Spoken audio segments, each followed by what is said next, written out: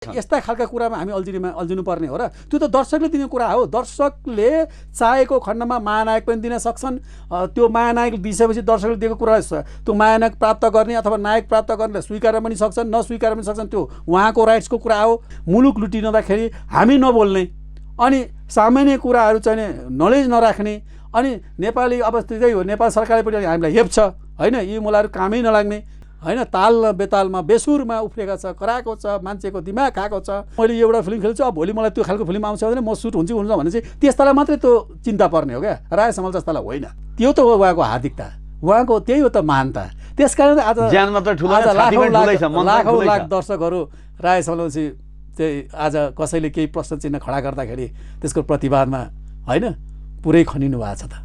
खबरदार कसैले पनि हाम्रो राय समालमाथि प्रश्न चिन्ह खडा गर्न कसैलाई पनि नैतिक अधिकार छैन।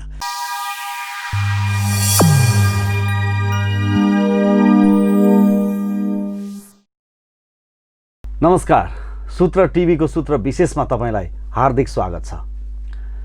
नेपाली चलचित्र क्षेत्रको विषयमा सूत्र विशेषमा हामीले निरन्तर केही दिनदेखि यहाँ समक्ष हामीले विभिन्न किसिमका हामीले सामग्रीहरू पस्किरहेका छौँ र अतिथिहरूसँग पनि कुराकानी संवाद गरिरहेका छौँ।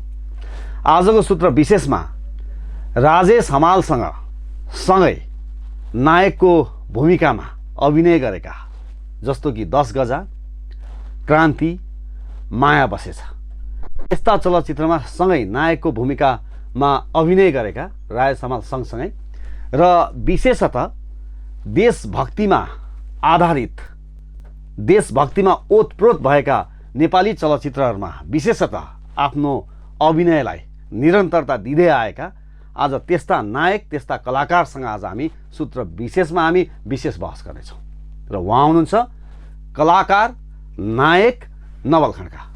खड्काजी, यहाँलाई सूत्र विशेषमा स्वागत छ। धन्यवाद, नमस्ते।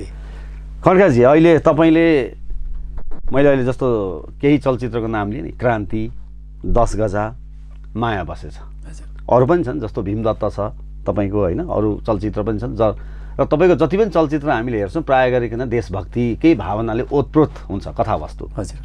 सुरुमा मैले राजेश हमालकै प्रसङ्ग जोडेँ किनभने अहिले यही सन्दर्भहरू चलिरहेको छ। हजुर। राजेश हमाल कस्तो मान्छे?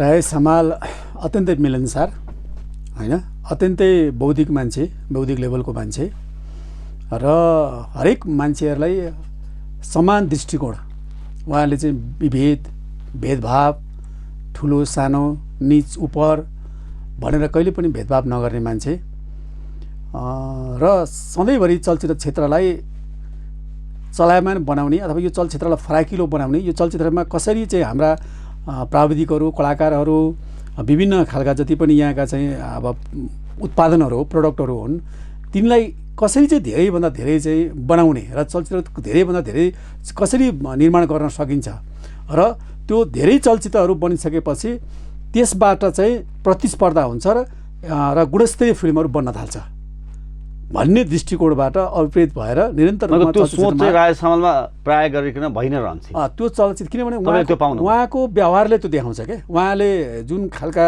क्रियाकलापहरू, जुन खालको इन्भल्भता उहाँले देखाउनु भयो। सिनेमा क्षेत्रमा चाहिँ अब वर्षको 10, 12, 15सम्म फिल्महरू उहाँले खेल्नुहुन्थ्यो। अब 14 घन्टा, 16 घन्टा, 18 घन्टासम्म उहाँले चाहिँ कहिले डबिङमा, कहिले चाहिँ अब सेटमा बस्नुहुन्थ्यो र उहाँलाई हिरो लिन जाने कोही पनि व्यक्तिहरूलाई उहाँले निराशा बनाउनुहुन्न थियो। मात्रै के भने समयको चाहिँ अब उहाँसँग अलिकति टाइमिङ चाहिँ मिलाउन गाह्रो पर्थ्यो र टाइमिङको लागि वेट गर्नु पर्थ्यो। बाँकी उहाँले को हिरो छ, त्यसको अर्को को नायिका छ अथवा को निर्देशक छ, को प्रोड्युसर हो, केही नै सोध्नुहुन्न थियो क्या उहाँ। फिल्म जस्तो नवलजी, मैले यही प्रसङ्ग जोडेँ, प्राय गरिकन कलाकारहरूले अथवा चलचित्र क्षेत्रसँग आबद्ध भएकाहरूले चाहे निर्देशक भनौँ या निर्माता भनौँ या कलाकार भनौँ, प्राय गरिकन आफ्नो बारेमा बढी सोध्छन् नि होइन। म हिट हुन्छु कि हुन्न, मैले यसमा अभिनय गरिसकेपछि अर्को मुभीमा मलाई कस्तो खालको अफर आउँछ, कति चल्छ भनेर प्राय आफैमा केन्द्रित भएको सोच हुन्छ।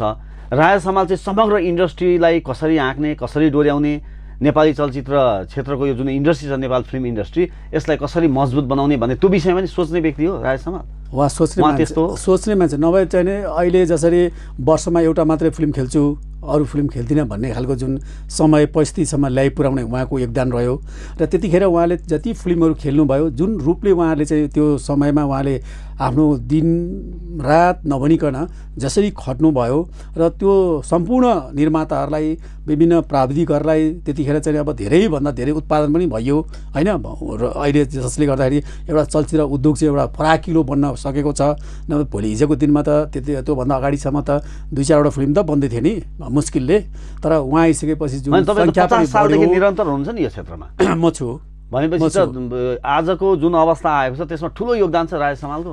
राय समाल यदि सिनेमा क्षेत्रमा उहाँ नआउनु भएको भए सम्भवतः त्यो अवस्थामा एकदम अप्ठ्यारो स्थिति बनिसकेको थियो कि सिनेमा क्षेत्रको धराशयी अवस्थामा पुग्दै थियो। नेपाली चलचित्र क्षेत्र धराशयी अवस्थामा पुग्दै थियो र उहाँले जसरी खेर जोगाउने काम गर्नु राय समालले जोगाउनु नै भयो। उहाँ आइसकेपछि 56-57 तिर त एकदमै चलचित्र क्षेत्र त एकदमै चलायमान अत्यन्तै राम्रो बजार चाहिँ विस्तार हुनुमा सबभन्दा उहाँको ठुलो महत्त्वपूर्ण भूमिका छ। र अर्को तपाईँले के भन्दै हुनुहुन्थ्यो भनेदेखि अघि चाहिँ जस्तो यो खेलेपछि अर्को खेल्न के होला भनेर छान्ने जुन तपाईँले चाहिँ अहिलेको कुरालाई जुन देखिन्छ तर राय समालसँग यति कन्फिडेन्ट थियो कि उहाँलाई लभ स्टोरी पनि सुहाउँथ्यो एक्सन पनि सुहाउँथ्यो होइन।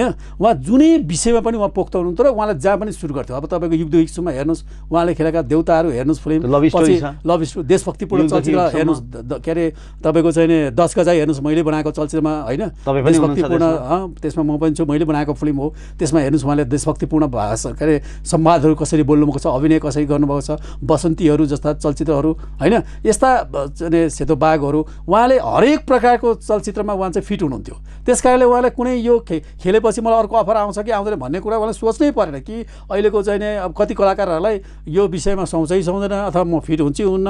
अब यो कुरालाई चाहिँ मैले भन्ने पनि गरेको छु क्या हिरो केलाई भनिन्छ त्यही त हिरो कसलाई भनिन्छ पहिलो कुरो त हामीले हिरो को भन्ने कुराको विश्लेषण गर्नुपर्छ भन्ने लाग्छ।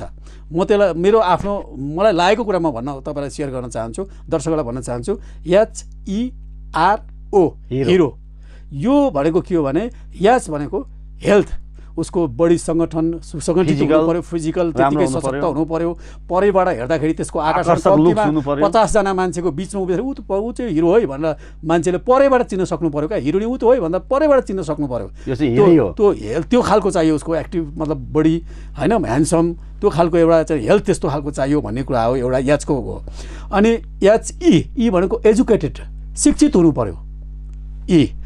आर भनेको रिच भनेको धनको मात्रै होइन धनको कुरा होइन त्यो चाहिँ बौद्धिक लेभल यो ठिक यो बेठिक एउटा विश्लेषण गर्न सक्ने बौद्धिक लेभल त्यसको चाहिँ त्यो लेभलको हुनुपर्छ। त्यसको धनी त्यो रिच त्यो धनी त्यसको चाहिँ बौद्धिक सम्पत्ति हुनु पर्यो क्या बौद्धिकता त्यसमा झल्किनु पर्यो त्यो कुरा छ कि छैन त्योसँग। अनि ओ भनेको ओबिडियन्ट आज्ञाकारी अनुशासित मर्यादित त्यो मान्छे छ कि छैन यी कुराहरू सबै कुरा यो कुरा भएकोलाई मात्रै हिरो भनिन्छ क्या यो कुराहरू भएको मान्छे मात्र हिरो हुनसक्छ होइन। विषयले त सबैलाई हिरो बनाउँछ त्यो चाहिँ अपाङ्ग पनि हिरो बन्छ होचो पुड्को होइन नेप्चो थेप्चो अग्लो चुचे जो पनि हिरो बन्न सक्छ विषयले तर त्यो विषयसँगै त्यो चाहिँ एउटा विषयको लागि हुनसक्छ क्या सधैँ त्यही विषयमा अर्को फिट नहुनसक्छ। तपाईँले अघि प्रश्न गरौँ नि जस्तो मैले एउटा फिल्म खेल्छु अब भोलि मलाई त्यो खालको फिल्म आउँछ भने म सुट हुन्छ भने चाहिँ त्यस्तालाई मात्रै त्यो चिन्ता पर्ने हो क्या राय समाल जस्तालाई होइन। अब जस्तो तपाईँलाई अर्को कुरा भनौँ हिजोको दिनमा चाहिँ नि एउटा क्याराभन भन्ने फिल्म तपाईँले नाम सुन्नु भएको थाहा छ निरसाज्यू पनि अवार्डको लागि होइन त्यो ओस्कारमा गयो होइन नेपालबाट प्रत्येक वर्ष एउटा फिल्म त ओस्कारको लागि जान्छ नेपालको राम्रो फिल्म मध्ये छानेर पठाइन्छ त्यसमध्ये पनि त्यो चाहिँ भेडीगोठको सवालमा विषयमा थियो त्यहाँ थिल्ने भन्ने एकजना हिरो हो त थिल्नेले खेलेको त्यो ओस्कारमा गयो त्यो फिल्म क्याराभ्यान र नोमिनेसनमा पऱ्यो क्या टप 5 भित्र परेको थियो क्या तपाईँको नेपालबाट गएका अहिलेसम्म कुनै पनि फिल्म मेरो जानकारीमा आएअनुसार टप 5 मा पर्न सफल भएका छैनन्। तर त्यो एउटा यस्तो फिल्म हो त्यो चाहिँ थिल्ने खेलेको फिल्म क्याराभ्यान भन्ने फिल्म चाहिँ ओस्कारमा टप 5 मा परेको भनेपछि नेपालको तर्फबाट आजसम्मको त्यहाँ प्रतिनिधित्व गरे मध्येबाट नोमिनेसन पर्न सक्ने विश्वका यता चलचित्र प्रतिस्पर्धा गर्न सक्ने हिरो को रहेछ त अब कलाकारकै कुराहरूबाट हेर्दा थिल्ने रहेछ न थिल्ने त्योभन्दा अगाडि फिल्म खेल्नु भएको थियो न त्योभन्दा पछाडि उहाँले खेल्नु भयो फिल्म एउटा खेल्नुभयो तर त्यो ओस्कारमा गयो ओस्कारमा गएर नोमिनेसनमा टप 5 भन्दा पर्न सफल हुनुभयो। यो एङ्गलले भन्न खोजेको भने त्यो विषयलाई उहाँ नै सुट थियो होइन तर त्यो रोलमा राय समाल खेलाएको पनि सुट हुन्थ्यो क्या, तर अरू फेरि त्यहाँ खेलाएको सुहाउँदैन थियो क्या। राय समाल भनेको यस्तो मान्छे हो जसले लभ स्टोरी पनि खेल्न सक्ने, जसले एक्सन पनि खेल्न सक्ने, जसले चाहिँ यथार्थपरक चलचित्र पनि खेल्न सक्ने, जसले देशभक्तिपूर्ण चलचित्र पनि अभिनय गर्न सक्छ, जसले ऐतिहासिक चाहिँ त्यस्ता विषयवस्तुमा पनि न्याय गर्न सक्ने, त्यो खालको एउटा क्षमता ल्याकत भएको मान्छेका कारणले नै आज चाहिँ नि उहाँको यत्रो चर्चा परिचर्चा होइन, आज बहस गरी योगदानका कुराहरू हामीले बहस गरिरहनु परेको छ जस्तो मलाई चाहिँ लाग्छ। अब नभए जस्तो तपाईँले भन्नुभयो एचइआरओको तपाईँले एउटा डेफिनेसन पनि दिनुभयो होइन, हजुर, र यी सबै कुराहरू राय समालमा थिए भन्नुभयो। र अहिलेको म फेरि पनि त्यही प्रसङ्ग जोड्न चाहेँ, राय समालले कहिले पनि चिन्ता गर्नु थिएन कि अब यसपछि मैले मुभीमा कोही मलाई अफर गर्छन् कि गर्दैन? उहाँलाई अफर यो खालको रोल उहाँको लागि त 1 वर्ष अगाडिदेखि क्युमा बस्नु टेन्सन लिएर बस्छ नि तनाव। 1 वर्ष अगाडिदेखि राय समालको डेट चाहिँ 1 वर्ष अगाडि नै बुकिङ गरेर निर्माताहरूले निर्माताहरू प्रोड्युसरले 1 वर्ष लाइनमा बसिरहेको। तपाईँ पनि क्युमै बस्नुभयो? म पनि 2-4 महिना बसेको। तपाईँ पनि क्युमा बस्नु? 2-4 महिना बसेर 10 गजामा लिएको हुँ मैले। त्यतिखेर निखिललाई पनि लिएको त्यसै गरी लिन त होइन, निखिल पनि हुनुहुन्थ्यो, निखिल हामी 3 जना थियौँ। तर राय समालको त्यसरी लिएको मैले सेड्युल भनेपछि त्यो उहाँले कहिले सोच्नुहुन्न थियो मैले क्यारेक्टरलाई न्याय गर्ने हो भन्ने बाहेक उहाँले आफ्नो विषय के हो, मेरो रोल के हो, मेरो ड्रेसअप के हो भनेर चाहिँ त्यो क्यारेक्टरलाई न्याय गर्ने बाहेक उहाँले दायाँमा केही नै सोच्नुहुन्न थियो। तपाईँ र राय समालको केमिस्ट्री पनि खुब जम्या हो होइन? उहाँ अब जम्नु नजम्नु भनेको 3टा मुभीमा हामी सँगै गरे हो होइन। अब 10 गजा यो माया बसेछ चाहिँ अलिकति फरक थियो क्या, यो क्रान्ति लभ स्टोरी मुभी हो। त्यसको माया बसेछ र क्रान्तिमा चाहिँ मेजर रोलमा म छु, मेन भन्दाखेरिको होइन। त्यतिखेर अब अनि उहाँ अतिथिको रूपमा हुनुहुन्छ त्यसमा। यदि त्यतिखेर उहाँ सुपरस्टार हुनुहुन्थ्यो, सुपरस्टार भइरहेको बेला म त नयाँ नयाँ नै थिएँ नि त होइन। सर्लकै मान्नुभयो? कुरै छैन उहाँले, त्यो त हो उहाँको हार्दिकता, उहाँको त्यही हो त महानता। त्यसकारण आज लाखौँ लाख दर्शकहरू राय समालपछि चाहिँ आज कसैले केही प्रश्न चिन्ह खडा गर्दाखेरि त्यसको प्रतिवादमा होइन पुरै खनिनु भएको छ त। खबरदार कसैले पनि हाम्रो राय समालमाथि प्रश्न चिन्ह खडा गर्न कसैलाई पनि नैतिक अधिकार छैन। त्यो हाम्रो फिल्ड हो, दर्शकको फिल्ड हो, हामीले दिने हो भनेर उहाँहरू स्वगौरवका साथ भनिरहनु भएको छ। अब नवलजी जस्तो सुटिङको कुरा मैले प्रसङ्ग जोडेँ, राय समालमा अब जस्तै भनौँ न प्रायः गरिकन सुटिङमा त डायलग डेलिभरीका कुराहरू हुन्छन् होइन, आफ्नो डायलगहरू याद गर्नुपर्ने कुराहरू पनि हुन्छ। कस्तो थियो उहाँको तरिकाहरू, कस्ता थिए उहाँले त जति लामो तपाईँको सँगसँगै अभिनय हामीले 10 गजामा त्यही त भीमदत्तमा भीमदत्त भन्न आएछ, भीमदत्त त म होइन, 10 गजा माया बस्छ र क्रान्तिको बेला जसरी चाहिँ हामी सँगै अभिनय गर्ने अवसर प्राप्त भयो मलाई, त्योमा उहाँको जति लामो डायलगहरू भए पनि 1 पन्ना 2 पन्ना डायलग पनि उहाँ खर्रैसँगले त्यो मजाले डेलिभरी गर्नुहुन्थ्यो, पुरा मुभ के अरे एकदम मुडमा आएर होइन। अब एक्सनको त अब उहाँ त्यतिकै पनि अब एकपल्ट कराएपछि नै सबै कुरा हुटिङ र उहाँको आवाजले पनि दर्शकले त ताली बजाउने कुरा भयो। उहाँको त्यो ब्रान्ड नै हो होइन, पयाबाचीकै हो। भनिसकेपछि उहाँमा मैले भने नि एउटा नायकमा एचइआरओमा हुनुपर्ने सम्पूर्ण योग्यता, क्षमता, शिक्षा होइन, एउटा चाहिँ त्यहाँ चाहिँ 100 जनाको बिचमा परैबाट यो चाहिँ हिरो है भनेर भन्ने मान्छेले छिटै अनुमान गर्न सक्ने, अड्कल गर्न सक्ने र राष्ट्रिय अन्तर्राष्ट्रिय क्षेत्रमा पनि कुनै पनि ठाउँमा हामीले सहभागी गराउँदा, कुनै पनि सेमिनार गोष्ठी, कुनै पनि विषयमा चाहिँ भोलिको लागि चाहिँ हामीले विषयवस्तुमा चाहिँ छलफल गर्नु पर्दाखेरि नेपालको तर्फबाट, यो सिनेमा क्षेत्रको तर्फबाट यो हाम्रो नेपालको प्रतिनिधित्व गर्दै राय समाल भनेर उभ्याउँदाखेरि त्यो नेपाली सारा नेपालीको गर्वको विषय हो। र बलिउडमा अमिताभ बच्चनलाई महानायक भन्छन् होइन, बलिउडमा छिमेकी मुलुक हाम्रो भारतमा महानायक सुपरस्टारको रूपमा दर्जा दिएको छ। हजुर, भारतको जस्तो अमिताभ बच्चनको जुन एउटा स्थान दिएको छ त्यो स्थान राय समाललाई नेपालमा दिन सकिन्छ कि सकिँदैन? अब मेरो तर्फबाट भन्नुहुन्छ भने त दिँदा केही फरक पर्दैन, तपाईँकै तर्फबाट भन्दै होइन। तपाईँ र म अब त्यो भन्दै गर्दाखेरि फेरि के भने अरूले गरेको अरूको योगदान चाहिँ कम हो भन्ने कुरा म त्यो फेरि त्यो हिसाबबाट सक्दिनँ। किन बलिउडमा अमिताभ बच्चनलाई जुन दर्जा दिएको छ त्यो अरूको भूमिका छैन त? त्योभन्दा उहाँका अगाडिका दिलीप कुमार थियो होलान्, देवानन्द थियो होलान्, धेरै थियो नि त। पृथ्वीराज कपूरकै कुरा हामी गर्न सक्छौँ, तर पनि त उहाँलाई दर्जा दियो, अरूको भूमिकालाई हामीले कदर गर्ने हो। तर राय समाललाई त्यो खालको एउटा सम्मान दिन सकिन्छ कि? अग्रजहरूको जति पनि हाम्रा अग्रजहरू हुनुहुन्थ्यो ती अग्रजकै जगमा आज हामी छौँ होइन, हामी आज छौँ त्यस कारणले अब हाम्रो भावी पिँढी छ हाम्रा कारणले होइन। त्यो कुराले अगाडिकोलाई सम्मान गर्दै आउनेलाई चाहिँ हामीले चाहिँ प्रोत्साहन गर्दै र राय समालजीले जसरी 20-25 वर्षसम्म निरन्तर यो क्षेत्रमा दिनुभयो, उहाँलाई त्यो जुन महानायक भनेर चाहिँ दिएको छ उपमा त्यो एकदमै अनि त्यो रेस्पेक्ट दिन सकिन्छ कि सकिँदैन यहाँ तपाईँ प्रश्न भन्नुहोस् न जसरी बलिउडमा जुन सम्मान अमिताभ बच्चनलाई दिएको छ जुन सम्मान प्राप्त गरेका छन् अमिताभ बच्चनले आज राय शर्मालाई नेपाली चलचित्र क्षेत्रमा त्यो सम्मान दिन सकिन्छ कि सकिँदैन होइन उहाँसँग किन कम्पिटिसन मतलब दर्जाउने त्यो भनेको त्यो भनेको अब भारतको कुरा भयो होइन उहाँको सुन्नुहोस् है म प्रश्न गर्दैछु तपाईँलाई भिन्दैछ त्यहाँको कुनै भिन्दैछ हाम्रो नेपालको कन्टेक्स्टमा नेपाली जगतमा राजेश हमाल भन्ने व्यक्तित्व तपाईँलाई म प्रश्न पार्दैछु म प्रश्न कसरी पार्छु भने हजुर तपाईँको अमेरिकाको देश बेग्लै होला होइन इकोनोमी बेग्लै होला सबै चिज बेग्लै होला तर त्यहाँको एक्जिक्युटिभ हेड त हुन्छ नि देशको हाम्रो देशमा पनि एक्जिक्युटिभ हेड त हुन्छ कार्यकारी प्रधानमन्त्री त हुन्छ भन्दैमा अब भारतमा पनि एक्जिक्युटिभ हेड हुन्छ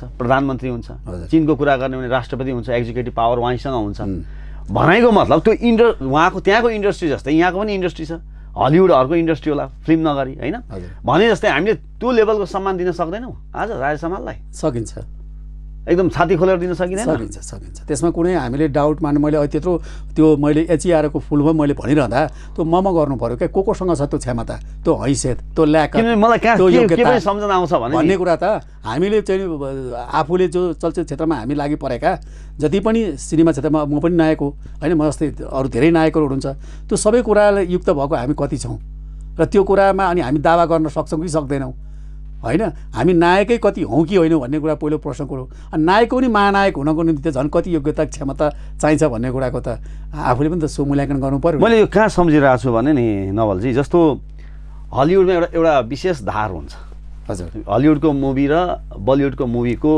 कथावस्तुहरू चाहिँ अलिकति फरकै हुन्छ होइन कमर्सियल मुभीहरूमा त अलिक मिक्स म्याक्स नै हुन्छ नि त बलिउडतिर हलिउडमा अलिक फरक हुन्छ तर पनि हलिउडमा धेरैको त्यहाँ योगदान छ हलिउड त्यसै हलिउड भएको छैन तर पनि अहिले आर्नोल्ड भन्ने बित्तिकै एक किसिमको त मान्छेलाई त तान्छ नि त उनी गभर्नरसम्म पनि भए अब जस्तै मैले बलिउडको पनि मैले प्रसङ्ग र अमिताभ बच्चन र राजेश हमालको मैले किन जोड्दैछु भने अमिताभ बच्चनले पनि त्यो धेरै कुटिरहनु पर्दैन थियो अरे क्या भिलेनहरूलाई खलनायकहरूलाई तुम अपने आपको क्या समझते हो भनेपछि एकदम ताली बस्थ्यो अरे क्या सिनेमाघरमा त्यस्तै राजेश हमालले पनि कुट्नै पनि नपर्ने क्या कुट्न त उहाँले खलनायकहरूलाई कुट्नु पनि हुन्थ्यो पर्दामा होइन तर उहाँले हे भनिसकेपछि चाहिँ सबै दर्शकहरू चाहिँ अब चाहिँ राजेश हमालले ठिक गर्ने भए न्याय दिलाउने भयो भनेर चाहिँ ताली बजाउने त्यो विभिन्न कुराहरूले गर्दाखेरि र जस्तो डायलग डेलिभरीकै कुरा गर्दाखेरि पनि मलाई स्मरण छ कि बलिउडका अमिताभ बच्चनले एउटा बाबुल भन्ने चलचित्र छ त्यो कति हिट भयो म भन्न सक्दिनँ तर त्यहाँ निरन्तर उनले चाहिँ लगभग 3-4 मिनटको चाहिँ उनले डायलग चाहिँ घोकेर सर भनेका छन् पछि मिडियामा पनि त्यो कुराहरू आयो त्यो खालको क्षमता त यता राजेश हमाललाई पनि देखियो योगदान पनि देखियो भनेपछि हामीले त्यो सम्मान दिन सकिन्छ भनेर तपाईँ प्रश्न मैले भने नि यो विषयमा राजेश हमाल महानायक हुन् सर्वाधिक रुचाइएको नायक हो नेपालको एउटा देख्न लायकको सबैले चाहिँ हेर्न लायकको मान्छेलाई चाहिँ एउटा गर्व गर्न लायकको एउटा त्यो लेभलको होइन मध्ये अब्बलमा राजेश हमाल नै हुनुहुन्छ त्यो त्यसमा दुई मात्रै छैन तर यतिखेर जो हाम्रो बस भइरहेछ नि यो बस आवश्यक थियो त तपाईँलाई के लाग्छ बेमौसमी बाजा बजाइराखिएको छ भन्ने मेरो विश्लेषण हो बेमौसमी बाजा पनि खैँजडी बाजा एकदम ताल न बेसुरको यो नाच भइरहेको छ यो जरुरतै थिएन होइन यो जरुरतै थिएन र आजको दिनमा चाहिँ नि अब फेरि यो विषयलाई चाहिँ यतिखेरको विषय भने चाहिँ यो को महानायक को हो होइन भन्ने डिबेट भन्दा पनि यतिखेर भनेको कोरोनाबाट यस्तो सङ्क्रमित भएको अवस्था छ यो अवस्थामा नेपालको चलचित्र उद्योगलाई कसरी चलायमान बनाउने हाम्रो रोजीरोटी कसरी जोगाउने गर्ने भन्ने विषयमा हाम्रो बहस हुनु पर्थ्यो समोच्च यो चलचित्र क्षेत्रका सङ्घ संस्थादेखि हामी त्यसका आबद्धहरूको एकै खालको धारणा बनाएर यसलाई चलायमान बनाउनेतिर हाम्रो ध्यान केन्द्रित हुनु पर्थ्यो नम्बर 1 कुरा नम्बर 2 कुरा हिजोको दिनमा नेपालमा आइफा अवार्ड हुन लागेको थियो अलिकति मात्रै म जोड्न चाहन्छु धेरै राम्रो छैन म आइफा अवार्ड हुने क्रममा चाहिँ झन्डै अरबभन्दा बढी खर्च नेपालको सरकारको गभर्मेन्टको पैसा त्यहाँ दिने भारतीय त्यो जुन अवार्डको निम्ति अनि त्यहाँ हाम्रो कला संस्कृति हाम्रा चलचित्र कर्मीहरूको चाहिँ एउटा खालको कुनै मान मर्यादा सारा कुरालाई किल्चिएर होइन हाम्रो चाहिँ सारालाई चाहिँ अपहेलना गरेर जुन प्रकारले राज्यले हामीमाथि चाहिँ विविधकारी ढङ्गबाट चाहिँ जो कार्यक्रम गर्न लागेको थियो त्यतिखेर त्यो गलत छ भन्ने कुराको चाहिँ नि त्यसलाई रोक्नको निम्ति सिनेमा क्षेत्रबाट एकदम कम व्यक्तिहरूले मात्रै बोल्यो क्या। त्यसको अग्रपङ्क्तिमा मैले बोलेँ र राज्यको नजरमा सबैभन्दा नराम्रो खराब पनि म देखेँ। तर त्यस्तो चिजहरू जसले गर्दा नेपाली चलचित्र उद्योगलाई घाटा, नेपालको संस्कृति कलालाई घाटा हुने कुरा हुँदाखेरि पनि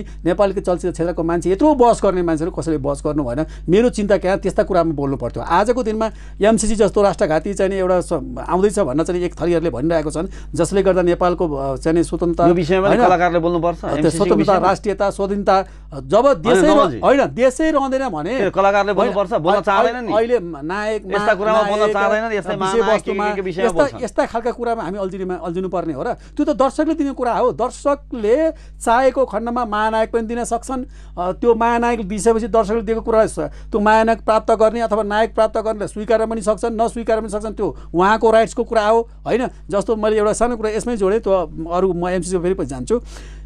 एकपल्ट चाहिँ पश्चिममा एउटा कार्यक्रम हुँदै रहेछ। त्यो कार्यक्रममा चाहिँ नारायण के अरे हाम्रो स्वर सम्राट नारायण गोपाल चाहिँ जाँदाखेरि माइकिङ गर्दै रहेछ। माइकिङमा चाहिँ स्वर सम्राट हाम्रो चाहिँ नारायण गोपाल आउँदै हुनुहुन्छ, तपाईँहरू आइदिनुहोस् भनेर चाहिँ माइकिङ गर्दैछ। त्यो उहाँले सुन्नुभएछ। सुनेपछि त्यो आयोजकलाई बोलाएर उहाँले के भन्नुभएछ भनेदेखि, अनि यो आयोजकलाई बोलाएर चाहिँ उहाँले भन्नुभएछ, मलाई कसले स्वर सम्राट किन भनेको, मलाई यो माइकिङमा स्वर सम्राट भनेर तपाईँले बन्द गर्नुहोस् भनेर भन्नुभएछ मलाई नारायण गोपालले। होइन भने म यो कार्यक्रममा गएर म गीत गाउँदिनँ, म फर्किन्छु भनिसकेपछि किन र तपाईँ त स्वर सम्राटै हो त, हामीले त तपाईँलाई स्वर सम्राटै भन्छौँ त। सारा चाहिँ श्रोताहरूले दर्शकहरूले त तपाईँलाई मानेको छ देशका मान्छेहरूले भन्दाखेरि स्वर सम्राट हुनको लागि के चाहिन्छ तपाईँलाई थाहा छ? स्वर सम्राट भनेको मेरो स्वर विश्वभरि सुनिनुपर्छ। विश्वभरिका मान्छेहरूले मेरो स्वरलाई मन पराइदिनुपर्छ, सुनिनु पऱ्यो, मन पराइदिनु पऱ्यो। अनि त्यसपछि मात्रै चाहिँ म त्यसपछि स्वर सम्राट हुने हो। म अहिले स्वर सम्राट हुने त्यो ट्याग, त्यो क्षमता, त्यो ल्याकत मसँग छ, मेरो त्यत्रो पहुँच छ। तपाईँले नचाहिने कुरा मलाई बढाइचढाइ गर्ने बन्द गर्नुहोस् भनेर त्यो स्वर सम्राट भन्ने कुरा उहाँलाई भन्नै नदिकन त्यसलाई कटाउनु भएछ। त्यो अनि माइकिङ गरिसकेपछि अनि स्वर सम्राट नभनिकन गरिसकेपछि चाहिँ उहाँले त्यो कार्यक्रममा सहभागी भएर फर्किनु भएछ। भनेपछि उहाँलाई स्वर सम्राट भनेर उद्घोषण गर्दाखेरि पनि उहाँ रिसाउनु भएछ क्या। बुझ्नुहोस् न मैले भन्न खोजेको, कसैलाई त्यो कुराहरूलाई अब मन परेन उहाँले। सही मान्छेलाई अनावश्यक कुनै आफ्नो तारिफ पनि उनीहरूले मन पराउँदैनन्, यसै गर्दैनन्। हो त्यो अब त्यो मैले भनेको त्यो नारायण गोपालले सम्मान गर्छ, तर हामीले सम्मान दियौँ। अब यो सम्मान फेरि कसले दियो? फेरि यस्तो पनि छ यहाँ समस्या। त्यो एउटा कुरा चाहिँ मलाई के भने, दिपाजीले जस्तो चाहिँ कसले बनाएर के अरे कसले बनायो महानायक भन्ने एउटा प्रश्न मैले त्यहाँ छ्यास सुने क्या अन्तर्वार्तामा क्या। त दिपाजीको त्यो भनाइमा दम चाहिँ छ क्या। फेरि मैले यो भन्दै गर्दाखेरि उहाँले राम्रो गर्नुभयो, आफूभन्दा सिनियरलाई त्यसै गर्नु हुन्थ्यो के भन्ने हिसाबबाट चाहिँ मैले त्यो भन्न खोजेको होइन। तर त्यो प्रश्न सवालमा के छ भन्दाखेरि अहिले विकृति छ क्या। यति धेरै सम्मान पुरस्कार यो किन्न पाइन्छ बजारमा क्या। एउटा सम्मान पुरस्कारहरू चाहिँ बिक्रीमा राखिएको छ क्या। अनि कसलाई के कति पैसा लिएर त्यो ट्याग दिने र त्यो सम्मान दिने, अनि त्यो सम्मान लिइसकेपछि कुन देशमा एप्लाई गर्नुपर्ने हो अथवा कान नाक फुलाएर बस्नुपर्ने हो, यस्ता खालका चाहिँ 90% सरकारका तर्फबाट पनि तपाईँको सरकारका जस्तो हिजो गोर्खा दर्शन बाबु भन्थे, आज राष्ट्रपतिका विभिन्न भन्छन्, त्यो विभिन्न उसमा पनि तपाईँले हेर्नुभयो भने 10% राम्रा इमान्दार जसले पाउनै पर्ने खालका व्यक्ति 10% हुन्छन्। बाँकी 90% आफ्ना छोरा छोरी भतिज बुहारी आफन्तहरू नोल नाता कुटुम्ब हो त्यस्ताले मात्रै पुरस्कार पाउँछन्। अनि त्यहाँ मान्छेले शङ्का गर्छ क्या, अनि कसले त्यो पुरस्कार कसको तर्फबाट आएको, यो के कति पैसामा किनिएको भन्ने खालको बजारमा विकृति पनि छ क्या। त्यस कारणले यो विकृति भएको कारणले गर्दा मान्छेले चाहिँ कसैलाई मान पदवी प्रतिष्ठा सम्मान रियलमै एउटा भित्रदेखि दियो भने नि मान्छेले शङ्का गर्ने अवस्था छ। तर महानायकको यो कुरामा चाहिँ शङ्का छैन है, दर्शकले दिए। अब तपाईँलाई स्मरण छ यो महानायक भनेर जुन शब्द प्रयोग गरियो राय शर्मालाई, कसले प्रयोग गर्यो, कहिलेबाट प्रयोग गर्यो, तपाईँलाई स्मरण छ? तपाईँ कतिको अपडेट हुनुहुन्छ? होइन मलाई त अब त्यस्तो खास ऊ त छैन। कहिले प्राविधिक सङ्घले एउटा कार्यक्रममा दियो भन्ने कुरा चाहिँ प्राविधिक सङ्घले चाहिँ उहाँलाई एउटा कार्यक्रमबाट चाहिँ महानायक घोषणा गरियो भन्ने पनि आइरहेको छ। फेरि एकजना जसलाई दिपाजीले चाहिँ इन्टरभ्यू दिनुभयो हाम्रो प्रकाशजीले चाहिँ यो महानायकको चाहिँ उहाँले चाहिँ सुरु गर्नुभयो भन्ने पनि आइरहेको छ। तपाईँलाई के जानकारी? होइन, जसले गरे पनि एउटा कोही न कोही व्यक्तिले त्यो व्यक्तित्व त्यो लायक छ भन्ने कुरा भन्नै पर्छ। त्यस कुरा भनिसकेपछि जब समाजमा त्यो कुराहरू सम्प्रेषण हुन्छ र त्यो समाजले त्यो कुरालाई स्वीकारेर यो जुन विषय आयो यो सही छ र समर्थन भयो र सबैले त्यही भनेर बोल्न थाले, महानायक भनेरै त्यसलाई चाहिँ स्वीकारेर चाहिँ सारा मान्छेमा चाहिँ त्यो रिले हुँदै गयो र त्यसलाई सबैले स्वीकार्यो भने त्यो नै सत्य भयो। त्यही नै यथार्थ हो र जनताले, दर्शकले स्वीकारिसकेपछि जनताले हाम्रो दर्शक नै हाम्रो भगवान हो, दर्शक नै हाम्रा न्यायाधीश हुन्। त्यसो भएको कारणले उहाँले दिइसकेपछि त्यो सक्यो। जस्तो म आफैलाई पनि कति ठाउँमा देशभक्तिपूर्ण चलचित्र बनाउने, राष्ट्रभक्ति चलचित्र बनाउने, राष्ट्रवादी नायक, देशभक्त नायक भनेर मलाई आजसम्म 300 भन्दा बढी सङ्घ संस्थाले मलाई प्रमाणपत्र मलाई चाहिँ तपाईँको चाहिँ सम्मान गरेको छ। देश विदेशबाट 300 भन्दा बढी त मेरो प्रमाणपत्र मैले राखेको छु होइन, जो मलाई दिनुभएको छ। अब यो कुरा मेरा चलचित्रहरू मैले गर्ने कर्मले आज मात्र होइन, अब हिजोको दिनमा भविष्य म के गर्छु र त्यो कुरालाई भोलि जनताहरूले, भोलि दर्शकहरूले स्वीकारेर यसले ठिक गर्यो, देशका लागि, राष्ट्रका लागि काम गरिरहेको छ भन्ने कुराहरू गर्नुभयो भने चाहिँ र स्वीकार्नु भने त्यतिखेर म पनि त्यो पदले सम्मानित हुने वास्तवमा लायक भएछु भन्ने कुरा मेरो जीवनको उतारदामा दिने हुन त अरूले दिने हो। त्यसैले मैले भनेको अरूले दिने हो। र अघि जोड्दै थिएँ हाम्रो चाहिँ कहाँ हुनु पर्थ्यो भन्दाखेरि एमसिसी अहिले चाहिँ जो देशको लागि यो ठिक छ कि छैन, यसले चाहिँ कति यसले चाहिँ अब नेपाललाई कहाँ बहस गर्छन् हौ तपाईले देख्नु भएको छ चर्चित नायिकाहरूलाई मन्त्रीको नाम थाहा छैन, त्यही कुरा म गर्दैछु, जिल्लाको नाम थाहा छैन, यो विषयमा बहस हुन्छ। त्यही त बहस हुन त पहिला अध्ययन हुनु परेन, नभए तपाईँ त कानुनको विद्यार्थी हो, तपाईँ अध्ययनशील हुनुहुन्छ होइन, त्यो आफ्नो ठाउँमा त्यो कुरा सबैले राख्दैन त्यो कुरा हुनुपर्छ। त्यसै गरी आज हाम्रो चाहिँ हेर्नुहोस् सीमा मिचेको आज 60-70 वर्षदेखि लिपुलेक लिम्पियाजुरा कालापानी मिच्यो। तपाईँको चाहिँ 62 ठाउँमा चाहिँ 72 ठाउँमा सीमा अहिले पनि अतिक्रमण गरेको छ। 60,662 हेक्टर जमिन हाम्रो भूमि मिचेको छ भारतले। त्यसको विरुद्धमा चाहिँ आवाज उठाउने, त्यहाँ भएका नेपालीहरू जो सीमामा बस्ने नेपालीहरूलाई दिनदहाडै त्यहाँ चाहिँ मारिन्छ, कुटिन्छ, बलात्कार गरिन्छ, आफ्ना जमिनमा लगाएका अन्नबालीले लुटेर लगिन्छ। त्यस्तो दर्दनाक स्थिति सीमा बस्ने मान्छेहरू रोइरहेका छन्, कराइरहेका छन्। अब आज चाहिँ खाना नपाएर चाहिँ मान्छेहरू भोकै हिँडिरहेका छन्। अहिले अब बर्खा लाग्यो, यो पहिरोले दुनियाँ नदीहरूका चाहिँ सबै गलत बाँधहरू बाँधेका कारणले अब ढोकाहरू इन्डियाले थुनिदिन्छ अनि नेपाल जलमग्न हुन्छ र नेपालीहरू चाहिँ पानीमा। तर यही विषय हामी चाहिँ यो विषयमा चाहिँ केन्द्रीकृत भएर यी विषयमा नेपालका चलचित्र कलाकारहरूले, चलचित्र कर्मीहरूले उत्साह थप्नुपर्ने, उमङ्ग थप्नुपर्ने। जनतालाई अहिले यो बन्दको अवस्थामा हेर्नुहोस्, आज 1600 भन्दा बढी मान्छेले आत्महत्या गरिसकेका छन्। 36 जना आजको मितिसम्म 36 जनाले कोरोनाबाट चाहिँ मृत्युवरण गरेका छन् भने यो कोरोनाको जुन बन्दको समयमा 16 मान्छेहरूले चाहिँ आत्महत्या गरिसकेका छन्। मान्छे उनीहरूसँग निराशा छ, उनीहरूसँग चाहिँ वास्तवमा अन्धकार छाएको छ। त्यस्ता खालका निराशामा परेका मान्छेहरू, अन्धकारमा छाएका मान्छेहरू जो हाम्रा दर्शकहरू हुन्, जो हाम्रा लागि ती उहाँहरू भगवान सर हुनुहुन्छ, त्यस्ता खालका हाम्रो लागि न्यायाधीश सर हुनुहुन्छ। त्यस्तालाई पीडा परेको बेला, त्यस्तालाई आज चाहिँ अप्ठ्यारोमा परेको बेला, मानसिक रूपमा चाहिँ टर्चर भइरहेको बेलामा त्यस्ता मान्छेलाई हामीले एउटा उमङ्ग थप्ने, एउटा यो देशका लागि मोटिभेसन गर्ने कामहरू होइन, उत्साह थप्ने कामहरू हामीले गर्नुपर्थ्यो क्या, चलचित्रकर्मीले गर्नुपर्थ्यो।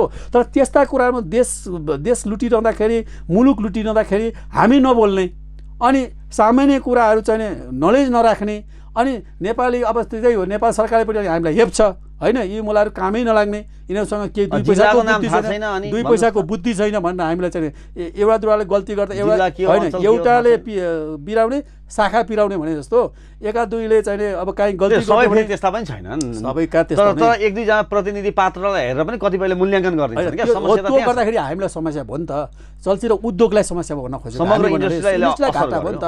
राज्यले पनि हेर्ने दृष्टिकोण हामीसँग राम्रो भएन, किनभने यिनीहरूसँग केही दमै छैन, यिनीहरूसँग कुनै तर्कै छैन, यिनीहरूसँग कुनै विचारै छैन, कुनै अध्ययनै छैन, यिनीहरूको अर्थै छैन। यिनीहरू कामै लाग्दैन भन्ने हिसाबले राज्यले बुझिदिने अनि हामी आफूमा एकता नहुने, एकबद्ध नहुने, एकले अर्काको चाहिँ खैरो खन्ने, एउटा पार्टी अर्को पार्टी, एउटा विचार अर्को विचार भएन। विचार विभिन्न मान्छेपछिको विचार फरक हुन्छ, तर त्यसलाई चाहिँ उपयुक्त चिजलाई चाहिँ एउटा सही के अरे दृष्टिकोणलाई त मान्नु पऱ्यो नि, सही विचारलाई त मान्नु पऱ्यो नि, सही लाइनलाई त पक्रेर हिँड्नु पऱ्यो नि त। र यो हाम्रो चलचित्र उद्योग भने एउटा घर हो नि त, घरभित्र भएको मान्छे कोही होचो होला, कोही अग्लो होला, कोही सानो होला, कोही के होला, तर त्यहाँ त हेर्ने दृष्टिकोण र त्यो व्यवहार गर्ने दृष्टिकोण सबैलाई सम्मान हो नि त होइन। अनि अर्कोसँग डाहा गर्नुपर्ने, अर्कोले अर्कोको रिस गर्नुपर्ने, अरूले अरूलाई होच्याउनु पर्ने, अनि त्यसपछि त्यो भइरहेको स्वीकार्य नहुने, अस्तित्वलाई नस्वीकार्नु पर्ने। तपाईँको अस्तित्व मैले स्वीकार्ने भने तपाईँले मेरो अस्तित्व किन स्वीकार्ने प्रश्न त्यो आउँछ होइन। तपाईँलाई मैले को भन्यो भने तपाईँ त चाहिँ को भनिहाल्नुहुन्छ नि मलाई। भनेपछि यस्तोले हामी कहीँ पनि पुग्दैनौँ। हाम्रो गन्तव्य, हामीले लक्ष्य, हाम्रो जुन उद्देश्य छ त्यो हामीले प्राप्त गर्न सक्दैनौँ। त्यस कारणले गर्दाखेरि हामी मिलेर जति पनि हामी बिचमा विवादहरू आउँछन्, हामी बिचमा कुराहरू यस्ता खालका आउँछन् होइन, त्यस्ता कुराहरूलाई चाहिँ हामीले सहकार्य गरेर होइन एउटै धारणा एउटै विचार एक भएर यसलाई चिर्नु भन्दा अर्को चाहिँ विकल्प छैन। हामीले चिर्नुपर्छ र हामीले सेलिब्रिटीहरू स्वाभाविक रूपले आम दर्शकहरूले आम जनताहरूले यसले के बोल्छ, यसले कसरी खान्छ, यो कहाँ हिँड्छ, यसो भन्ने कुराको एकदम नजिकबाट निहालिरहेको हुन्छ। किनभने हामी एउटा प्रतिनिधि पात्र पनि सोसाइटीको रोल मोडल बिम्ब पनि हो, हामी बिम्ब हो। अनि त्यस्तो बिम्बले मिडियामा गएर बोल्दाखेरि के बोल्ने होइन भन्ने कुराहरूको हेक्का राख्नुपर्छ। त्यो हेक्का राखेन भने परिणामहरू तपाईँ अहिले भट्टाभट देखिराखेको छ नि। कुन अवस्थासम्म चाहिँ मान्छेले एउटा सगरमाथाको शिरमा सगरमाथाको उच्चैमा लगेर राखेको मान्छेलाई एकैचोटि केचना कवचमा झारिसक्यो नि त। झापाको केचना कवच सबभन्दा तलको भनेको समुद्री सतहको सबैभन्दा तलको भागमा कहाँको सहरमाथाको मान्छे अग्लो होइन सगरमाथाको उचाइमा बसेको त्यसरी हेरिरहेको मान्छेलाई कहाँको चाहिँ कचरा कवच कहाँ छ भनेर तल हेर्नुपर्ने अवस्था कसले बनाउँछ? दर्शकले बनाउँछन्। त्यस कारणले यस्ता कुराहरूमा बोल्ने क्रममा हामीले अत्यन्तै सार्वजनिक अभिव्यक्तिहरू दिँदाखेरि यो कुरालाई ध्यान पुर्याउनु पर्छ। एकदमै होइन तपाईँको कुरा ठिक छ नवलजी। अब मैले अर्को प्रसङ्ग जोडेँ। अब राय समालसँग तपाईँले अभिनय गर्दाको केही अब स्मरणीय केही क्षणहरू छन् भने सेयर गरिदिनुहोस् न। होइन हामी 10 गजा फिल्मको जो सुस्ता 14,000 हेक्टर जमिन हाम्रो मिचिएको छ, त्यही ठाउँमा हामीले गएर त्यो मिचिएकै ठाउँमा सुस्तामा गएर सुटिङ गरिरहेको थियौँ। सुस्तामा अनि हाम्रो दयाराम दाहाल चाहिँ त्यसको डाइरेक्टर हुन्थ्यो, विष्णु कल्पी चाहिँ क्यामेरा। सुस्ताको अलिकति प्रसङ्ग जोडिदिउँ म नवलजी। तपाईँहरू त्यहाँ जानुभएछ। सुस्ता, शारदा बाँध र पञ्चेश्वर यो तीनटाको प्याकेज होइन महाकाली सन्धि? त्यसैले गर्दा आज यत्रो लफडा भइरहेको छ। मैले अलिकति प्रसङ्ग जोडेँ। तपाईँ सुस्ता भनेपछि अब बताउनुहोस्। त्यो पछि अहिले म त्यसमा चाहिँ आफूलाई समय भयो भने अनि तपाईँको चाहिँ नि त्यहाँ हामी सुटिङ गरिरहेको छौँ। राय समाल दाईको चाहिँ कालो ड्रेसअप थियो अनि माथिको लगाइसकेमा चाहिँ यता चाहिँ त्यो ऊ लाउँदै हुन्थ्यो क्या, कपडा लाउँदै हुनुहुन्थ्यो। अनि हाम्रो द्वाराम दाईले चाहिँ डाइरेक्टर साहबले चाहिँ एक्सन भन्न चाहिँ क्रेन सर झर्दै थियो। उताबाट चाहिँ स्वर्गीय हाम्रो के अरे सुभद्रा अधिकारी अनि बेनुका सुब्बा अर्को एकजना कलाकार ठ्याक्कै नाम आएन मलाई, एकदम अग्रज हुनुहुन्छ, उहाँहरूको सर्ट लिइरहेको थियो। अनि सर्ट लिँदा लिँदै कट कट कट भनेर भन्नुभयो क्या उहाँले।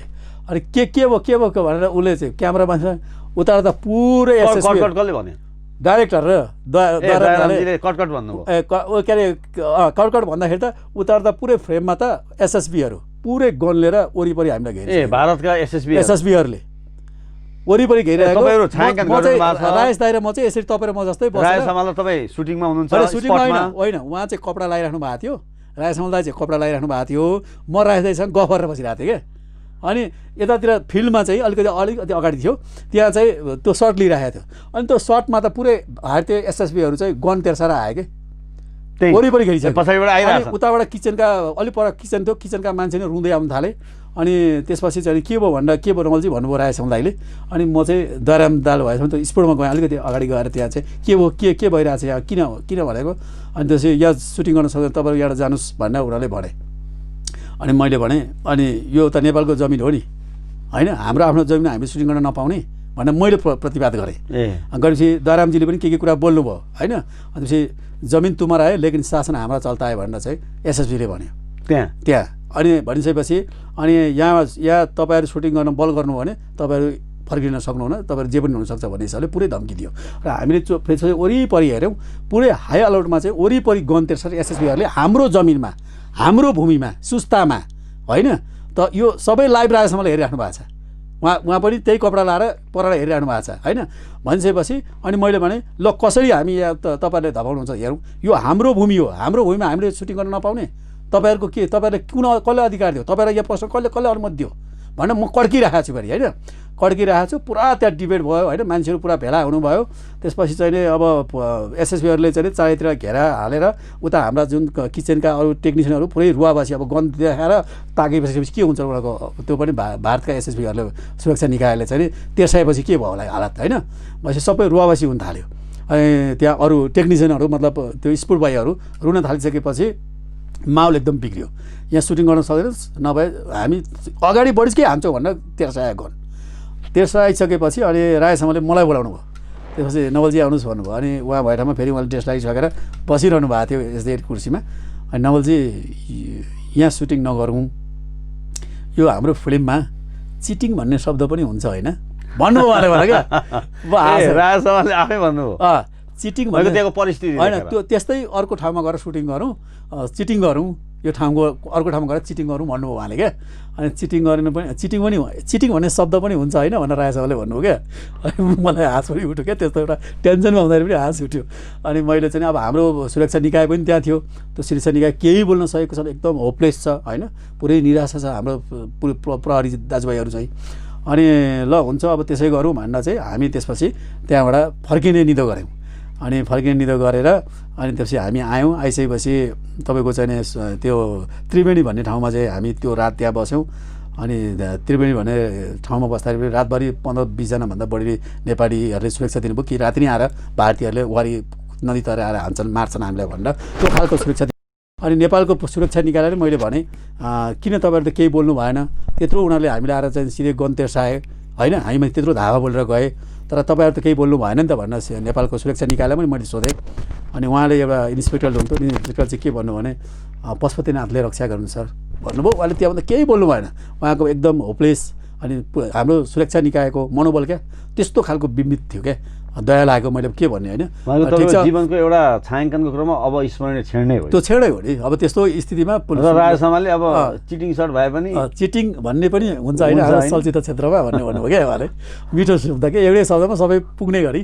अनि त्यसपछि हामी फर्केर यतातिर चाहिँ यो के अरे नारायणघाट यता टाढीतिर त्यहाँ चौधरी बस्तीहरू त्यस्तै लाग्ने ठाउँ थियो, त्यो ठाउँतिर आएर फेरि हामीले रायले भने जस्तै चिटिङ गऱ्यौँ। चिटिङ गर्नुभयो। अब नवलजी मैले अलिकति तपाईँको मैले निजी जीवनको प्रसङ्ग जोड्न चाहेँ।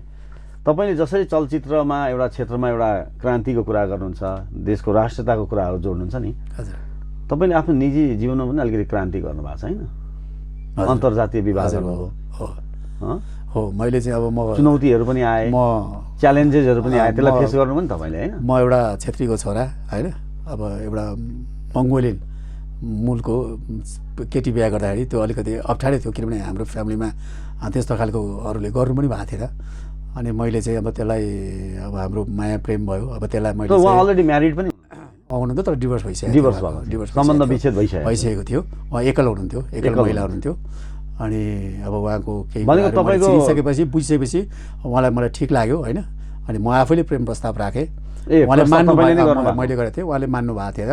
अब एक्लै जिउन गाह्रो हुन्छ। अब त्यहाँमाथि उहाँ अत्यन्तै राम्रो सरल, अब एकदम अघि मैले भने जस्तै एचइआर भने जस्तै एचइआर त होइन तर पनि अब मास्टर इङ्ग्लिसमा मास्टर डिग्री गरेको, अब राम्रो गायिका होइन, अब एउटा नाम पनि कमाइसक्नु भएको थियो सत्यकला राई होइन। र एउटा चाहिँ त्यस्तो मान्छेलाई पनि यो समाजमा प्रताडित भएर अब होइन हेमुलेट भएर अब मान्छे चाहिँ बस्नु हुँदैन।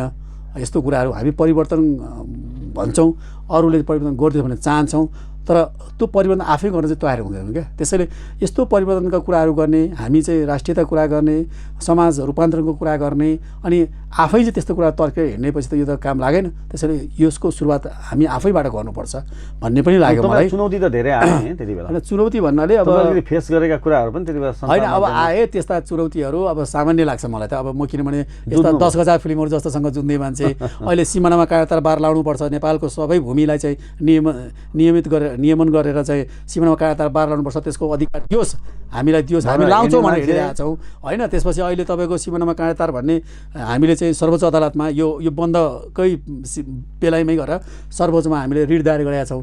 रिट दायर गरिसकेपछि अहिले चाहिँ सर्वोच्चले अग्राधिकारसहित सरकारलाई चाहिँ कारण देखाऊ आदेश भनेर चाहिँ आदेश देखा भनेर चाहिँ आदेश जारी गरेको छ होइन। सीमानामा काँटातार बार लाउनु पर्ने। समाजमा पनि सङ्घर्ष गर्नुभयो, क्रान्ति गरिरहनु भएको छ होइन, हरेक मान्छेले गर्छ होइन। चलचित्रबाट पनि एउटा त्यो खालको सन्देश दिइरहनु भएको छ, अनि आफ्नो निजी जीवनमा पनि जोड्नुभयो होइन। म के जान्छु भित्र जे छ बाहिर त्यही देखाउने हो होइन, प्रष्ट कुरा गर्ने हो।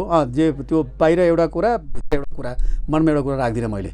म जे सोच्छु त्यो काम गर्छु, र त्यो काम गर्नको निम्ति जस्तै बाधा अड्चन आए पनि म त्यसलाई चिरेर। तर अहिले कतिपय कलाकारहरू जस्तो बलिउडमा पनि त्यो देखियो, सुशान्तले जब सुसाइड गरे कि बाहिर हामीले स्क्रिनमा देख्दाखेरि बडा ज्ञानी भद्र भला आदमी देखिने कलाकारहरू, तर भित्रभित्र चाहिँ उहाँहरूको चरित्र चाहिँ अहिले बिस्तारै बाहिर आउँदैछ। यदि त्यो कुरा नै सत्य हो भने त एउटा व्यक्तिगत जीवनमा उहाँहरूको क्यारेक्टर र पर्दामा त आकाश जमिनको फरक हुने रहेछ। अब हाम्रै मुलुकको हामीले कुरा गर्ने हो भने अब तपाईँ हामीले त मानेको नि त भुवन केसीलाई, उहाँको विषयमा अब साम्राज्ञीले त्यस्तो विषय प्रसङ्ग उठान गरिन् भनेपछि तपाईँको एउटा सिद्धान्त मलाई के ठिक लाग्यो भने हामी जसरी चलचित्रमा एउटा असल व्यक्ति हुन्छौँ, समाजमा पनि हामीले रियल लाइफमा पनि किन असल व्यक्ति नहुने, म त्यसलाई फलो गर्छु भन्नु तपाईले अनुसरण गर्ने तर यस्ता यस्ता कुराहरू आउँदा तपाईलाई कस्तो लाग्छ भन्नुस् त यी कुराहरुमा मैले अहिले पनि भने तपाईलाई हामीले बोल्ने खाने हिँड्ने डुल्ने हरेक कुराको पब्लिकहरुले दर्शकहरुले नजिकबाट हेरिरहनु भएको हुन्छ हो न पब्लिकले थाहा छैन अथवा देखा छैन भन्न हामी सोच्छौं तर त्यो गलत हो के त्यसकारणले गर्दाखेरि हामी एउटा सबैको साझा मान्छे हौं साझा मान्छे भइसकेपछि त्यस्ता कुराहरुमा नकारात्मक कुराहरु जसले गर्दाखेरि समाजलाई चाहिँ नराम्रो प्रभाव पर्छ त्यसले असर गर्छ भने त्यस्ता कुराहरु गर्दै गर्नुहुन्न हामी कलाकार पनि एउटा शुद्ध आचरणमा बस्न सक्छ शुद्ध आचरण आचार संहिता लगाउनु पर्छ लागू हुनुपर्छ भन्छु म अझै किनभने यत्रो संघ संस्था छ नि निर्माता संघ छ कलाकार संघ छ कलाकारहरूले चाहिँ कस्तो कुरा बोल्ने कस्तो कुरा नबोल्ने देशका विषयमा के बोल्ने के नबोल्ने त्यस्ता कुराहरू जो छ चाहिँ हैन के खाने अब मजाले चाहिँ अब खान नहुने चुरोट बिडी खैनी है जाँड रक्सी चाहिँ आम खुलेआम पब्लिक प्लेसमा बसेर चाहिँ खाइदिए त्यो समाजले के सिक्छ के भन्छ यस्ता कुराहरूमा चाहिँ एकदम एक त सेल्फ सेन्सरशिप हुनुपर्छ कलाकारहरूमा आफैले सेन्सर गर्ने हुनुपर्छ अर्को कुरा चाहिँ संघ संस्थाहरूले पनि कम्तीमा यो त किनभने एउटा हामी त एउटा फ्यामिली भित्रको मान्छे हौ नि त्यस्ता सदस्यहरूलाई पनि के हो भनेर सम्झाउने बुझाउने अलिकति ठुलै त्यसले चाहिँ समाजमा नकारात्मक ढङ्गबाट यदि प्रभाव पार्छ त्यसले ठुलै असर गर्छ भने त्यसलाई कानुन बमोजिम चाहिँ संवैधानिक निकायमा पनि आफ्नो मान्छे नभइकन त्यस्ता मान्छेलाई बुझाउनु नै पर्छ र सही मानेमा उसले चाहिँ एउटा चाहिँ सचेत हुने अवसर उसलाई प्रदान गर्नुपर्छ यसकारणले गर्दा यस्ता विषयहरूमा चाहिँ कलाकारहरू अत्यन्तै जिम्मेवार हुनुपर्छ एउटा शब्दले चयनले गर्दाखेरि हलचल पैदा गरिदिन्छ हैन हामीलाई सामान्य लागेर बोलिएको हुन्छ तर त्यो सामान्य शब्दले धेरै लामो समयसम्म त्यसले अब यस्ता समस्याहरू आइरहेका छन् चलचित्र क्षेत्र पनि समस्यामा छ अब यो कलाकारको बीचमा पनि यो खालको प्रब्लम आयो साम्राज्ञी र यो भुवन केसीके पनि मैले प्रसङ्ग जोडेँ तपाईँ नेपाल चलचित्र कलाकार सङ्घको तपाईँ निवर्तमान अध्यक्ष पनि हो हजुर अहिले नेपाल चलचित्र कलाकार सङ्घले खेल्नुपर्ने ट्याक्कै भूमिका के हो बताइदिनुहोस् कलाकार सङ्घले खेल्नुपर्ने भूमिका दुईटै साम्राज्ञीजी अबको एकदम राइजिङ पिढीको हुनुहुन्छ उहाँ सर्वाधिक लोकप्रिय हुनुहुन्छ उहाँको अझै उहाँबाट हामीले नेपाली चलचित्रले यो समाजले धेरै आशा गर्ने ठाउँ छ हैन र भुवन केसी पनि हिजोको दिनदेखि आज 40औं वर्षदेखि उहाँ निरन्तर यो क्षेत्रमा हुनुहुन्छ हैन ननस्टप हुनुहुन्छ र त्यो मात्रै हैन उहाँको छोरासुद्ध ल्याएर यो चलचित्र उद्योगमा केही गर्छु भन्ने लागि पर्नु भएको छ अनमोल केसी लिएर आउनु भएको छ त्यसकारणले गर्दाखेरि उहाँको हिजोको इतिहासलाई पनि हामीले बिर्सनु हुँदैन र अहिलेसम्मको उहाँको सङ्घर्षलाई पनि हामीले चाहिँ कम नजरअन्दाज गर्नु हुँदैन र सामग्रीजीको जो नयाँ जो जाँगर उत्साह उमङ्ग भरेर चाहिँ त्यो खालको केही गर्छु भन्ने भावना सहित उहाँ जस्तो एउटा सम्भावित सम्भावना बोकेको व्यक्ति चाहिँ आउनु भएको छ उहाँलाई निराशा गर्नु पनि हुँदैन त्यसकारणले यी दुवै पक्षलाई राखेर राजेश दाइ के अरे भुवन दाइलाई पनि कलाकार सङ्घले बोलाएर र सामग्रीजीलाई पनि कलाकार सङ्घले बसेर दुईजनालाई राखेर ठ्याक्कै त्यो चाहिँ कलाकार सङ्घले भएको के हो भन्नुस् भन्ने दुईतिरको कुराहरू सुन्ने र जसबाट गल्ती कमी कमजोरी भएको छ उसले सरी माग्ने र आइन्दा यो कुराहरूलाई चाहिँ अब यहाँभन्दा नबढाउने यो चाहिँ अतिरञ्जित गरेर जो सामाजिक सञ्जालमा जुन तरिकाबाट टिका टिप्पणी गर्छ यो आजबाट बन्द गर्ने कुनै पक्षले पनि यो कुरालाई चाहिँ अगाडि नलैजाने र आगामी दिनहरूमा तपाईँहरूसँगै एउटै प्रोजेक्टमा फेरि पनि भुवन केसी अनमोल केसी साम्राज्ञी फेरि पनि अर्को नयाँ प्रोजेक्टमा चाहिँ सँगै काम गर्ने वातावरणको सृजना काम दायित्व चाहिँ नेपाल चलचित्र कलाकार सङ्घले गर्नुपर्छ र यो कुरा धेरै छताछुल्लो भइसक्यो यो धेरै ढिलो भइसक्यो चाँडोभन्दा चाँडो गर्नुपर्छ मेरो कार्यक्रममा यस्ता धेरै घटनाहरू आएका थिए तर मैले कुनै यसरी बजारमा आउनै दिइनँ मैले के थाहा पाउने बित्तिकै मैले ल्याएर सल्भ राखेर फेस टु फेस यसलाई चाहिँ सर्ट आउट गरिहाल्नु चाहिँ ढिलो भइसक्यो अब यो अहिले कोभिडको लागि चाहिँ कस्तो भूमिका खेल्नुपर्छ कोभिडको लागि अब अहिले कलाकार सङ्घले तपाईलाई अहिलेको भूमिका कलाकार सङ्घको भूमिकामा चित्त बुझाएको छ कि छैन हैन कलाकार सङ्घको भूमिका भन्नाले अब आफै पनि अब लकडाउनमा बस्नुपर्ने त्यहाँका पदाधिकारी बस्नुपर्ने अब फेरि नयाँ नयाँ अब 1 वर्ष पनि भएको छैन त्यसमा अब केही राम्रो काम त सरकारको तर्फबाट कलाकार सङ्घ एउटा भवन निर्माणको लागि भनेर बजेट छुट्याइदिएको छ यो एउटा उपलब्धि हो किनभने हाम्रो लामो समय वर्षदेखिको सङ्घर्ष थियो त्यसकै आज त्यसको भनौँ न प्रतिफल हामीले पाएका छौँ अब त्यसलाई भवन बनाउने एउटा जुन कुरा र राज्यबाट जो प्राप्त भएको छ त्यो एकदम सराहनीय काम गरेको छ कलाकार सङ्घ अहिलेको वर्तमान कार्य समिति त्यसको धन्यवादको पात्र पनि छ र सँगै अब गर्नुपर्ने के भने कलाकारहरू यत्रो लामो लकडाउनमा बसेपछि उनीहरूलाई राहत चाहियो राहत यो प्रकारको राहत चाहियो चामल अथवा नुन भन्ने होइन उनीहरूलाई चाहिँ कति मान्छेलाई औषधि छैन हैन त चामल बेचेर त औषधि किन्ने भएन त्यसैले चामल नुनतिर चाहिँ ध्यान केन्द्रित नगरिकन क्यास पैसा कति हुनसक्छ चलचित्र विकास बोर्डसँग समन्वय गरिकन 5,000 10,000 एउटा पर व्यक्ति जो चाहिँ अभावमा हुनुहुन्छ जो चाहिँ कति क्षमताले भ्याउँछ अब धेरै सक्छन् धेरै नै दिउन् र ती मान्छेहरूलाई बोलाएर आर्थिक रूपमा चाहिँ क्यास पैसाहरू त्यो जो अहिलेको मारमा यो कोरोनाको पीडामा पर्नुभएको छ तिनीहरूलाई राहत स्वरूप दिनुपर्छ, एउटा पहिलो प्राथमिकता यो राख्नुपर्छ भन्ने मलाई लाग्छ। त्यो सँगै अब यो चलचित्रका जसरी चाहिँ अब काम गर्नको निम्ति कसरी चलचित्रलाई चलायमान गराउने, मैले अघि पनि भने नि, अब त्यसमा मुख्य भूमिका अब निर्माता सङ्घको, चलचित्र विकास बोर्डको, अब त्यसपछि आएर चाहिँ कि निर्माता भएपछि न, निर्माताले लगानी गरेपछि न अब के अरे कलाकार र प्राविधिकहरूले काम पनि पाउने भयो, सिनेमा हलले फिल्म पनि पाउने भयो। त्यस कारणले अब त्यो निर्माताहरूलाई कसरी प्लस गर्न सकिन्छ र चलचित्र जब बन्न थाल्छन् सबैले पारिश्रमिक पाउन थाल्छ, प्राविधिकहरूले काम पाउन थाल्छन्, पैसाहरू आउन थाल्छ, त्यसपछि सर्भाइभ हुन सकिन्छ। त्यसैले त्यसमा टिममा बसेर होइन, निर्माता, हल व्यवसाय, कलाकार, प्राविधिकहरू, निर्देशकहरूको संस्था बसेर यसलाई चाहिँ अब चलायमान गर्नको निम्ति के अब प्रोत्साहन स्वरूप बोर्डले के दिन सक्छ।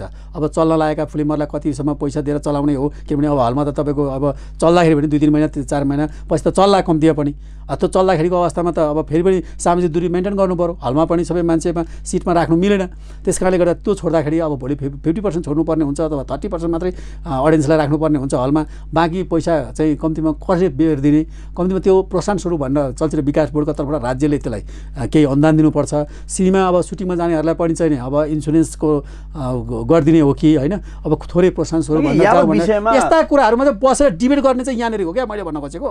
अनि यो चाहिँ यो बिना मौसमको बाजा बजाएर खैँजडी बजाएर होइन, ताल बेतालमा बेसुरमा उफ्रेका छ, कराएको छ, मान्छेको दिमाग खाएको छ, यो गर्नै नहुने कामहरू भइरहेछ भने त्यही भएर भनेको क्या, जानुपर्ने यतातिर हो नि त हामी त। ठिक छ धवलजी, सूत्र विशेषमा आइदिनु भयो, आफ्ना कुराहरू पनि हामीलाई सेयर गरिदिनु भयो, हाम्रो दर्शकलाई पनि केही कुराहरू जानकारी गराइदिनु भयो, यहाँलाई धेरै धेरै धन्यवाद। मौका दिनुभयो, यहाँलाई धन्यवाद छ। नमस्कार।